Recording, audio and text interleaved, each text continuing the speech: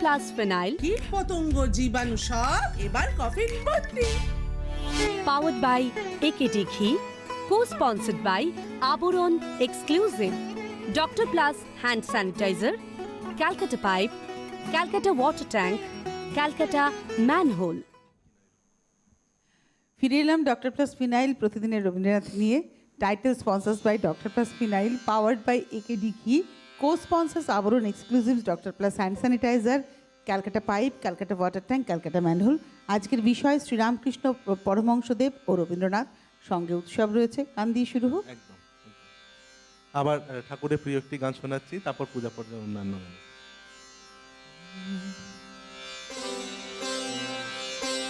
তোমারে করিয়াছি জীবনের ধ্রুবতারা, তোমারে করিয়াছি জীবনের ধ্রুবতারা। এই সমুদ্রে আরো কভু হব না গো পথহারা, তোমারে করিয়াছি জীবনের ধ্রুবতারা।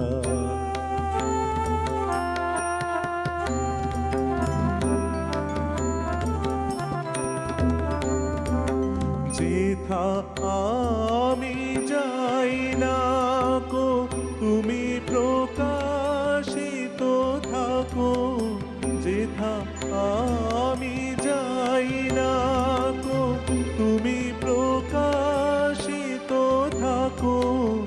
আকুল নয়ন জলে ঢালো গো কিরণ ধারা, তোমারে করিয়াছি জীবনের ধ্রুবতারা।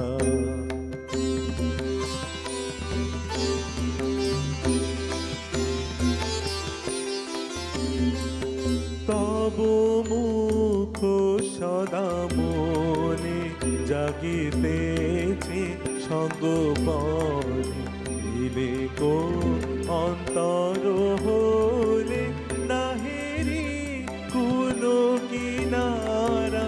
তব মুখ সদা মনে জাগিতেছে সঙ্গপনে, দিলে কো অন্তর হলে নাহেরি কোনো কিনারা।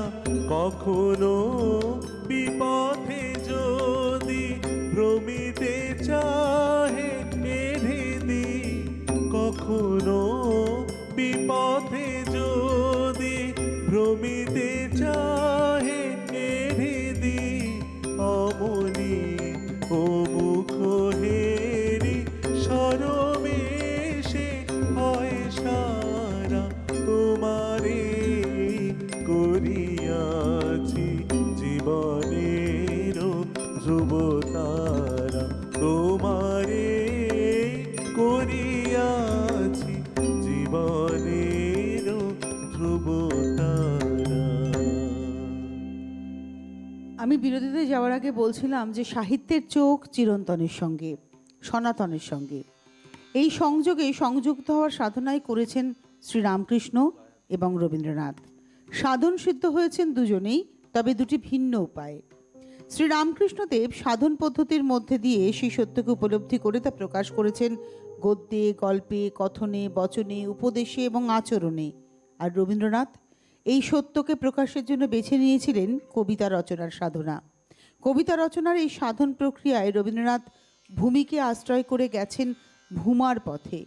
কবি হচ্ছেন স্রষ্টা, দ্রষ্টা এবং ক্রান্তদর্শী। যার সত্য তাকে সহজ করে চেনেন, দেখেন ও প্রকাশ করেন। এই প্রকাশ রসাত্মক বাক্যের সহযোগে সুন্দর বিন্যাসে অক্ষুণ্ণ একটি অর্থের দোতনায়। রামকৃষ্ণ এবং রবীন্দ্রনাথ দুজনেই কাজটি করেছেন সুনিপুণভাবে। ছোট ছোট গল্প বলার ভঙ্গিমায় পদ্যে রামকৃষ্ণ প্রকাশ করেছেন চিরন্তন সত্যকে। এই কাজটি তিনি সম্পন্ন করেছেন সাধনালব্ধ জ্ঞানের দ্বারা। তাই আমরা বলতে পারি রামকৃষ্ণকে সাধক কবি। আর রবীন্দ্রনাথ ক্রমান্বয়ে উন্নীত হওয়ার পথে তার সাধনা জারি রেখেছিলেন কবিতা সৃষ্টির মাধ্যমে। তাই রবীন্দ্রনাথ হলেন কবি সাধক। আমরা কেন জানি না মনে হয় একই মুদ্রার এপিঠ আর ওপিঠ। আমাদের সঙ্গে একজন বন্ধু আছেন, তার সাথে কথা বলে আমরা উৎসবের গানে যাব। নমস্কার, সুপ্রভাত, কে রয়েছেন? সুপ্রভাত, নমস্কার জানাই সকলকে। পরমগুরু সিদ্ধযোগী মাতৃভক্ত যুগাবতার পরমহংস শ্রী রামকৃষ্ণ লৌহ প্রণাম নমস্কার। কাজী নজরুল ইসলামের কথায় শ্রী শ্রী ঠাকুরকে শ্রদ্ধা জ্ঞাপন করলাম। তনুশ্রী, আমি সুধাংশু দেবনাথ। ঠাকুরের প্রসঙ্গে আসি। সকলের অনুরোধ প্রত্যাখ্যান করে ঠাকুর মায়ের কাছে নিজের অসুখ থেকে মুক্তি পাওয়ার জন্য মিনতি করেননি। কারণ তিনি বলেছিলেন যে অসুখে মানুষ কষ্ট পায় সেই অসুখ থেকে তিনি পরিত্রাণ চান না। আমাদের সঙ্গে তার মতো অবতারের মধ্যে পার্থক্য এখানেই। মহাপুরুষরা আমাদের সকল সমস্যা অতি সহজে তাদের বাণীর মধ্য দিয়ে সমাধান করে গেছেন। যেমন ঠাকুরের অন্তরঙ্গ পার্শ্ব শিষ্য স্বামী অদ্ভুতানন্দ তার স্মৃতিচারণায় লিখেছেন। ছোট্ট করে বলি তনুশ্রী, ঠাকুরের কাছে প্রশ্ন ছিল, কিছু খেয়ে দিয়ে কি পুজো করা যায়? ঠাকুর বলেছিলেন, কিছু খেয়ে দিয়ে পুজো করলে কোনো দোষ নেই। পেট খিদে চুই চুই করলে পুজো করবে কেমন করে? কেবল খাওয়া দাবার দিকেই তো মন পড়ে থাকবে। কিছু খেয়ে দিয়ে তারপর পুজোয় বসলে মন স্থির হয়। বাইরে ভক্তি আর ভিতরে কপটতা, এ ভারী খারাপ গা। ওখান থেকে ভগবান অনেক দূরে। যারা কোনো না কোনো স্বার্থ নিয়ে ভক্তি করে তাদের কিছুই হয় না। মন মুখ এক করে ভক্তি করতে হয়। লোক দেখানো ভক্তিতে কোনো ফল হয় না, ওসব পাটুয়ারও বুদ্ধি। উৎসব বাবুকে আজ গানের অনুরোধ করে বিরক্ত করব না। আমার অনুরোধ সবসময় উনি রাখেন। আজ ওনার গান শুনবো। আর তনুশ্রী, তোমার তথ্য এবং কথা শুনে সমৃদ্ধ হব। ধন্যবাদ জানাই। ওইভাবে তথ্য নয়, আজকে হচ্ছে আমার উপলব্ধি। মানে দুজনকে পড়েছি, খানিকটা পড়েছি, মানে পড়ার চেষ্টা করেছি। পড়েছি মানে শব্দটার মধ্যে আমি মার্জনা চেয়ে নিচ্ছি, চেষ্টা করছি। রবীন্দ্রনাথকেও জানার চেষ্টা করছি। আর শ্রীরামকৃষ্ণদেব অত্যন্ত সহজ সরল ভাষায় যেভাবে গৃহী মানুষের জন্য ঈশ্বর সাধনার পথ খুলে গেছেন, যত পড়ছি তত বুঝতে পারছি যে খুব সহজভাবে ঈশ্বরকে লাভ করা যায়। তুমি যখনই ঈশ্বরকে, রবীন্দ্রনাথের হাত ধরে বলি, আমার এই লাইনটা আমি বারবারই বলি, আমায় নইলে ত্রিভুবনেশ্বর তোমার প্রেম হতো যে মিছে। আমি ঈশ্বর সাধনা করতে গিয়ে একটা জিনিস আমি উপলব্ধি করেছি যে ঈশ্বরকে ভয় পেয়ে দূরে সরিয়ে রাখা নয়। মানে আমি যদি মাকে ভয় পাই, মা আমার দুঃখমোচন করবেন কী করে? আমার বাড়িতে ধরুন আমি খেলতে গেছিলাম, খেলতে গিয়ে আমি ব্যথা পেয়েছি, মাকে এসে তো আমাকে ব্যথাটা দেখাতে হবে। আমি যদি ভয় পাই, মাকে দেখালে মা আরও দুঘা মারবে, কেন পড়ে গেছো, কেন ব্যথা পেয়েছো, তাহলে আমার ব্যথার উপশমটা হবে না, কিন্তু আমার একটুখানি ব্যথাটা কিন্তু কমে যাবে না। তো ঠিক সেরকমই আমার কষ্টটা ঈশ্বরের কাছে বলতে হবে। কিভাবে বলতে হবে? আকুল বিকুল হয়ে বলতে হবে, মানে আকুলতা প্রকাশ করতে হবে ঈশ্বরকে যে আমি তোমার জন্য আকুল। সেই আকুলতা প্রকাশ করতে গেলে সহজ পথটা কি, সেটা শ্রীরামকৃষ্ণ দেখিয়ে গেছেন। কথামৃত ভীষণ সাহায্য করে, মানুষের আত্মিক উত্তরণের সাহায্য করে কথামৃত। যদি রোজ দুপাতা গীতবিতান আর দুপাতা কথামৃত পড়তে পারি, আমার গীতবিতানটা পড়া, মানে গীতবিতানটা পড়ে যখন কথামৃত পড়ছি, এখন কথামৃত পড়ছি, আমার মনে হয়েছে যে কোথাও যেন একই কথা লেখা, ভীষণভাবে মনে হচ্ছে যে ওটা অনেক মানে কাব্যে একটা সুন্দর গঠন শৈলীর মধ্যে, আর একদম সহজ সরল কথায়। একটা টেলিফোন নিয়ে তোমার গানে যাব। নমস্কার, কে রয়েছেন? খুব অডিও প্রবলেম, আপনার নেটওয়ার্কের প্রবলেম রয়েছে, একটু নেটওয়ার্কে আসুন প্লিজ। হ্যালো, তোমাকে জানাই নমস্কার।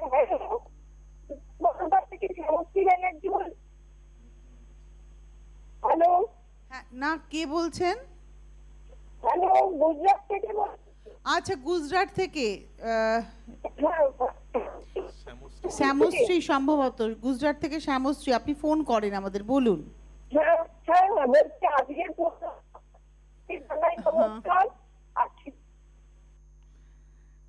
দুঃখিত, আপনার আজকে অডিওটা খুব সমস্যা করছে, আসলে ওটা নেটওয়ার্কের সমস্যা হচ্ছে। আমরা একটা গানে যাই।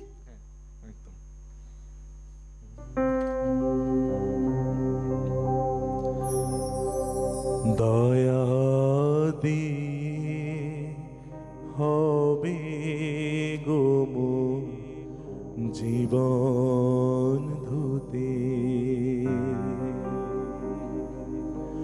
দয়া দিয়ে হবে গো মোর জীবন ধুতে, নইলে কি আর পারব তোমার চরণ ছুতে। দয়া তব দয়া, তব দয়া দিয়ে হবে গো মোর জীবন ধুতে।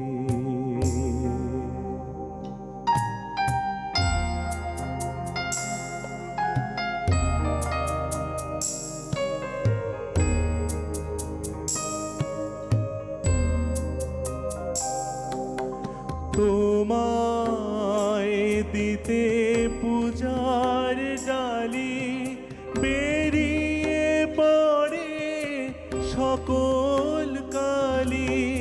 তোমায় দিতে পূজার ডালি বেরিয়ে পড়ে সকল কালি। পরাণ আমার পারি তাই পায়ে ধুতে। দয়া তব দয়া, তব দয়া দিয়ে হবে গো মোর জীবন ধুতে।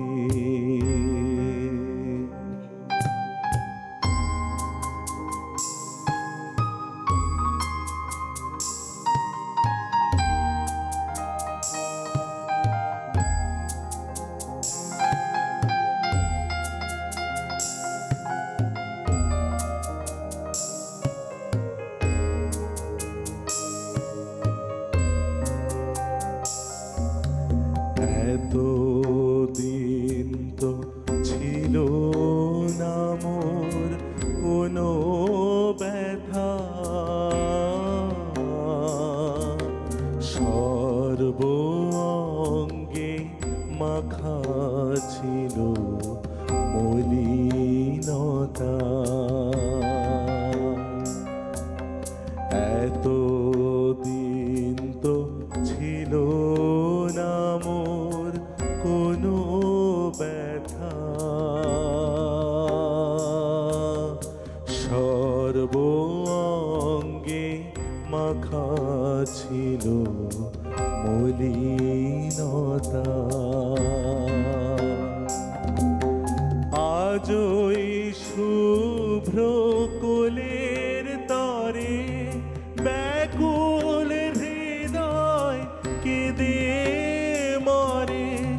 আজই শুভ্র কোলের তরে ব্যাকুল হৃদয় কেঁদে মরে।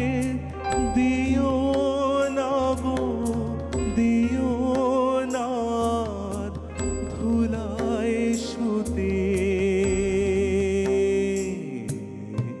দয়া তব দয়া, তব দয়া দিয়ে হবে গো মোর জীবন ধুতে।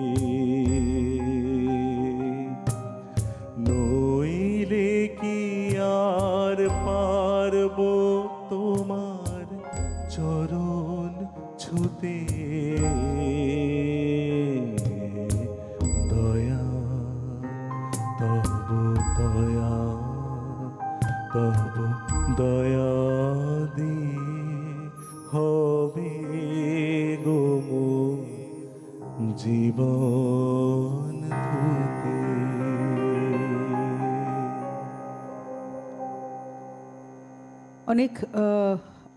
অনেকটা পথ পার করে যদি জীবনে অনেকটা ভুল করে ফেলেন, মানুষ তো নিজেই নিজের সব থেকে বড় বিচারক। এই গানটা না কোথাও যেন আমার মনে হয় পাপ স্খলনের গান। এই গানটা আমি জানি না, আমার কোথাও একটা ব্যথা এই গানটা শুনলে। কিছু কিছু গান আছে যেটা শুনলে আমি নিজেকে হয়তো আটকাতে পারি না। এই গানটা আমাকে বড্ড বেশি আবেগপ্রবণ করে তোলে। এই গানটা, নিভৃত প্রাণের দেবতা, এই গানগুলো, তারপরে আমার আমার সকল দুঃখের প্রদীপ, এই সমস্ত গান আমাকে বড্ড আবেগপ্রবণ করে তোলে। আমার মনে হয় যেটা কোথাও একটা কষ্ট আছে লুকিয়ে, সেটার প্রকাশের জন্য এই গানগুলো একটা বড় মাধ্যম। যাই হোক, আমি চলে আসি রবীন্দ্র মননে এবং রবীন্দ্র সৃষ্টিতে, তার ভাবনায় রামকৃষ্ণ প্রসঙ্গ সক্রিয় ছিল। আপনারা এক্ষুনি নাক সিটকে উঠবেন বেশ কিছু রবীন্দ্র বোদ্ধা। আমি উদাহরণ দিই, মালঞ্চ উপন্যাস। মালঞ্চ উপন্যাসের প্রথমাংশ রচিত হয়েছিল বরানগরে প্রশান্ত মহলানবিশের বাড়িতে 1933 সালে মার্চ মাসের প্রথম দিকে। মালঞ্চ উপন্যাস যখন কবি লিখছেন সেই সময় কবির বয়স ছিল 70 বছর। উপন্যাসের একাধিক স্থানে রয়েছে শ্রীরামকৃষ্ণের উল্লেখ। উপন্যাসের নায়িকা নীরজা শ্রীরামকৃষ্ণের পরম ভক্ত। মালঞ্চ উপন্যাসের শ্রীরামকৃষ্ণের উপস্থিতি শুধু দেওয়ালে টাঙানো রামকৃষ্ণ পটে সীমাবদ্ধ রাখেননি রবীন্দ্রনাথ। রবীন্দ্রসৃষ্ট নীরজা চরিত্রটি ভাবে এবং সাধনায় রামকৃষ্ণময় হয়ে দেখা দিয়েছে সমগ্র উপন্যাস জুড়ে। উপন্যাসের একটা জায়গায় নীরজা পরমহংসদেবের কাছে হাত জোর করে বলছেন, বল দাও ঠাকুর, বল দাও, মুক্তি দাও মতিহীন অধম নারীকে। আমার দুঃখ আমার ভগবানকে ঠেকিয়ে রেখেছে, পূজা অর্চনা সব গেল আমার। এই আরতি কিন্তু শুধু নীরজার নয়, এই আরতি মনে হয় সমগ্র নারীকুল যারা ঈশ্বরকে হৃদয়ে স্থান দিয়েছে। তো যাই হোক, আবার একটু গানে যাই। আচ্ছা, টেলিফোনে একজন বন্ধু আছেন। নমস্কার, কে রয়েছেন? হ্যালো। হ্যাঁ, আমি জয়রামবাটির থেকে বাণী বিশ্বাস বলছি। হ্যাঁ আমি জয়রামবাটির থেকে বাণী বিশ্বাস বলছি। হ্যাঁ দিদি বলুন। হ্যাঁ, আজকে তো ঠাকুরের জন্মতিথি। হ্যাঁ, আজকে যে আপনারা এই অনুষ্ঠানটা করছেন, মানে সত্যি আমি একটু পরে কামারপুকুর যাব, আমাদের মাতৃ মন্দিরে যাব, কিন্তু তার আগে এই কাজ করতে করতে আপনাদের এটা শোনা, স্মরণ মরণ করা, এটা যে আমাদের কত বড় পাওয়া। হ্যাঁ, যে এখন তো একটু পরে যেয়ে না হলে ওই সবের মধ্যেই থাকবো, কিন্তু এই সমস্ত ঘরের কাজকর্ম ছেড়ে, আমরা তো সংসারী মানুষ, কাজ ছেড়ে কিন্তু এই সময়টাই যে আপনাদের এই অনুষ্ঠানটা কামে আসছে আর স্মরণ মরণ করতে পারছি, এইটা আমাদের কাছে অনেক অনেক পাওয়া। আর আজকে ঠাকুরের জন্মতিথিতে যা ঠাকুরের কাছে প্রার্থনা জানাই যে তোমরা সবাই ভালো থেকো, আর এই পরিস্থিতি থেকে যেন আমাদের মুক্তি করে দেন ঠাকুর। এই পরিস্থিতি যেন ইউক্রেনের মানুষ যেন নিঃশ্বাস নিতে পারে। আমার এখন একটাই আরতি ঈশ্বরের কাছে, যে ইউক্রেনের অসহায় মানুষ যেন মুক্তির নিঃশ্বাস নিতে পারে। আমি যখন খবর দেখা বন্ধ করে দিয়েছি প্রায়, আমার এত অস্বস্তি হচ্ছে, বাচ্চাদের অসহায় ছবি, যে তাদের পিতামাতা চলে গেছে যুদ্ধ করতে। এটা কাম্য নয়। আজকে সভ্যতার পিলসুজের নিচের তলাটা এত অন্ধকার, এই অন্ধকারটা আমাদের চোখে এবার ধরা পড়েছে আর কি। এত ক্ষমতার লোভ, বেরোতে হবে। ক্ষমতার লোভ যত বাড়বে তত পৃথিবী ধ্বংসের মুখে যাচ্ছেও পৃথিবী ধ্বংসের মুখে। আমাদের এখানে না অনেক বোদ্ধারা এখন ঝগড়া করতে বসেছে, এটা মুখের চাল, এটা তো মুখের চাল, এটা আমেরিকার চাল। হ্যাঁ, বাস্তব বুদ্ধিটা হচ্ছে মানুষকে তুমি মনুষ্যত্ব বোধ থেকে মানুষ সরে গেছে, এবং যে মানুষের হাতে ক্ষমতা বেশি সে অন্যদিকের মানুষকে মানুষ বলে মনে করছে না। মনোভাবটা আর যাচ্ছে না, একদমই যাচ্ছে না। তো যাই হোক, আমাদের একটাই কামনা, আমরা তো আর বলতে পারছি না, গিয়ে যুদ্ধও করতে পারছি না, বোঝাতেও পারছি না। আমাদের ঈশ্বরের কাছে আরতি যে অন্তত মানুষের শুভ বুদ্ধির উদয় হোক, যুদ্ধ থেকে মানুষ বিরত থাকুক। চলে যাই গান। এই বিষয়েও আমি একটা গান ভেবে এসেছি, পরের দিকে শোনাবো। কালকে একটা খুব সুন্দর কথা পড়লাম, সেটা শোনাই তোমাকে আমার বন্ধুদের। যে বলছে যে আমরা কয়েক হাজার কোটি টাকা খরচ করছি অন্য গ্রহে প্রাণ আছে কিনা সেটা খোঁজার জন্য, অথচ তার চেয়েও বেশি টাকা খরচ করছি এই দেশেই যারা প্রাণ আছে তাদের মেরে ফেলার জন্য। কি অদ্ভুত আমরা, যেন মানুষের শুভ বুদ্ধির উদয় হয়।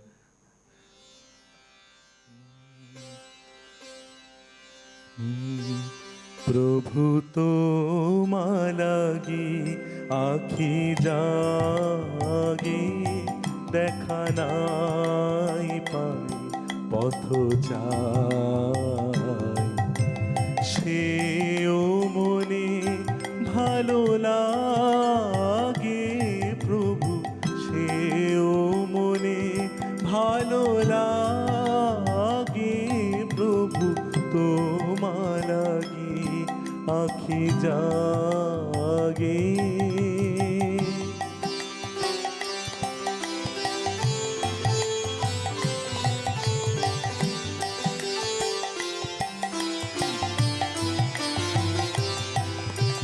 ধুলাতে বসিয়া দ্বারে ভিখারি হৃদয় হারে, ধুলাতে বসিয়া দ্বারে ভিখারি হৃদয় হারে, তোমারি করুণা মাগে, কৃপা নাই পাই শুধু চাই, সেও মনে ভালো লাগে প্রভু, সেও মনে ভালো লাগে প্রভু, তোমা লাগি আখি জাগে।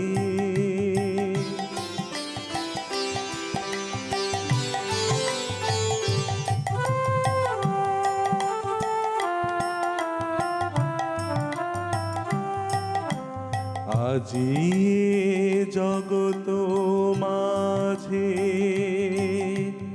কত সুখে কত কাজে চলে গেল সবে আগে, সাথী নাই পাই তোমায় চাই, সেও মনে ভালো লাগে প্রভু, সেও মনে ভালো লাগে, চারিদিকে সুধা ভরা, ব্যাকুল শ্যামল ধারা, চারিদিকে সুধা ভরা, ব্যাকুল শ্যামল ধারা, কাদায় রে অনুরাগে, কাদায় রে অনুরাগে,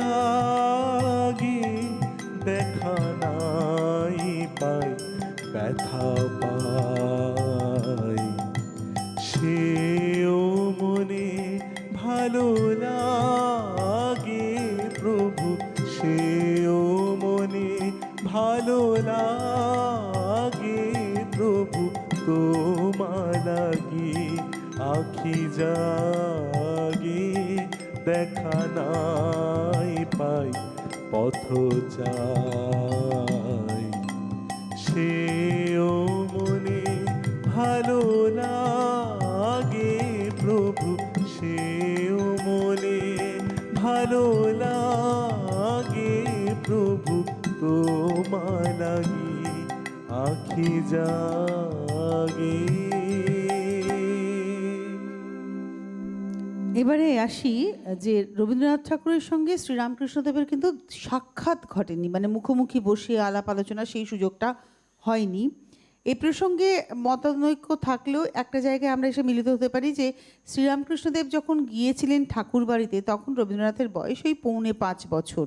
কেননা আমি বলি এটা 1866 মার্জনা করবেন 1866 খ্রিস্টাব্দের 20শে জানুয়ারি মহর্ষি দেবেন্দ্রনাথের সঙ্গে ঠাকুরের একটা সাক্ষাৎ হয়েছিল।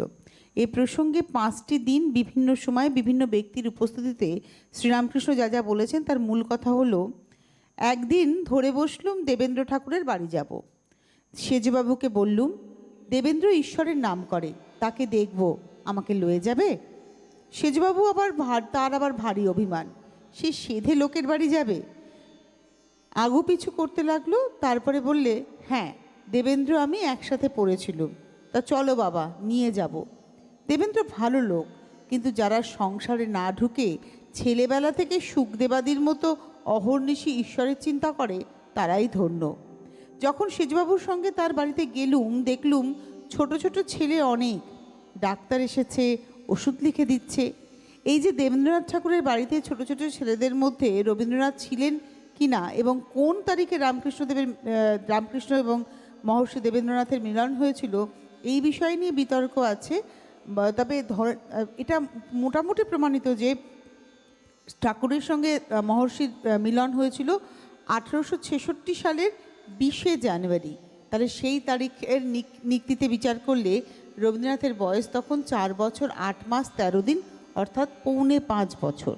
সুতরাং সেই বয়সে রবীন্দ্রনাথকে ঠাকুর দেখেছিলেন বা ঠাকুরকে রবীন্দ্রনাথ দেখেছিলেন। বিষয় হচ্ছে যে সময়ের প্রেক্ষিতে রামকৃষ্ণ পরবর্তীকালে রবীন্দ্রনাথের আবির্ভাব। 1836-এ যখন রামকৃষ্ণদেব জন্মান তখন রবীন্দ্রনাথের আবির্ভাব হয়নি। 1861-তে যখন রবীন্দ্রনাথ জন্মেছেন তখন রামকৃষ্ণের বয়স 30 পার করে ফেলেছে। 1861 থেকে 1886 সালে অগস্ট মাসে 16ই অগস্ট সম্ভবত শ্রীরামকৃষ্ণ দেহ রাখেন। তাহলে 1886 পর্যন্ত রবীন্দ্রনাথের তখন কত আর বয়স, 20-22 বছর ওই রকম কাছাকাছি বয়স। ওই বয়সটুকুই রবীন্দ্রনাথ শ্রীরামকৃষ্ণকে মর্তভূমিতে একভাবে পেয়েছিলেন, পরবর্তীটা কিন্তু তার ভাবনা। আমাদের একটা বিরতির সময় হয়ে গিয়েছে, বিরতির উপরান্তে ফিরছি, সঙ্গে থাকুন। প্রতিদিনের Rabindranath sponsored by doctor plus phenyl, কীট পতঙ্গ জীবাণু সব এবার কফিন ভর্তি। পাওয়ার্ড বাই একেটি ঘি, co-sponsored by Abaran exclusive, doctor plus hand sanitiser,